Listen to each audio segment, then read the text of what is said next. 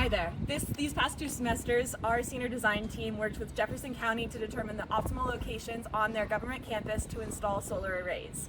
We considered both covered parking and rooftop arrays, and here you can learn more. So some of the design constraints, cost-effective solution centered around the upfront cost and then the return on the investment. The other thing is moderate AC energy generation.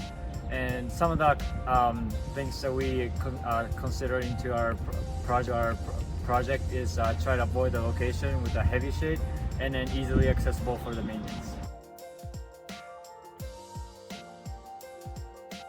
There was 23 potential locations that we were looking to pursue in this project, and we analyzed almost all of those options to find the optimal location for both rooftop solar and overhead parking solar. We did extensive research on what solar panels to use over the course of this project. We narrowed it down to 6 different panels, 2 of which are bifacial. These 6 panels are some of the best and most accessible on the market, and they have very high efficiencies, and they're around the wattage that we're looking into.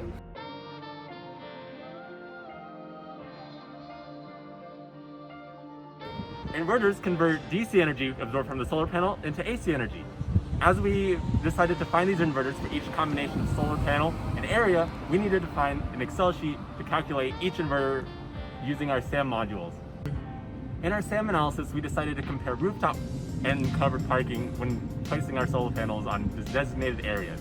For our analysis, we used the System Advisor model, which is a free renewable energy modeling software put out by NREL, the National Renewable Energy Laboratory. We ran this software according to our 6 different panels and our different inverter choices based on our areas, and we ran that 126 different times to account for every possibility we had. When comparing rooftop versus covered parking in our S.A.M analysis, we found that covered parking has a higher AC generation compared to rooftop parking and has a higher public visibility. Rooftop parking is easier to install due to the lower cost of wiring and installation. Each of our simulations we ran outputted 15 different relevant variables.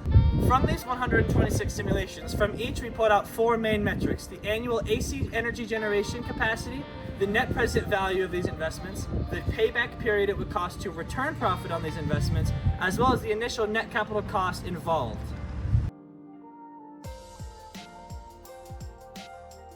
We created a balanced ranking system in order to rank our different areas based on these 4 factors fairly, and we came out with the following results. So by the end of our 126 simulations, we were able to collect all of our data and deliver our recommendations to the Jefferson County campus. We actually found that the parking lot scored best overall because they had the highest net present value due to their high generation capacity versus their relatively low investment cost.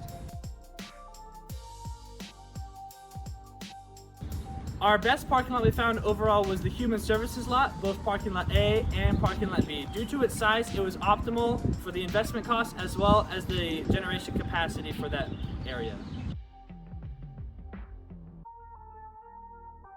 We also looked into the net zero potential for the campus as a whole. We wanted to see how many square meters of panels and how many dollars of investment would it cost to make the entire campus completely net zero in terms of energy usage.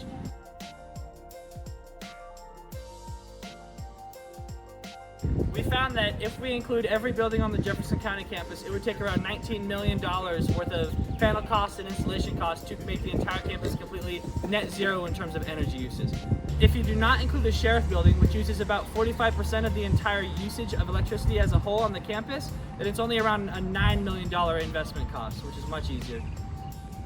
Now that we've provided Jefferson County with our final recommendation, they can take the specs of the panels we used and the locations, and hopefully in the next 5 or 10 years install some of these arrays to offset the energy generation for Jefferson County. Thank you.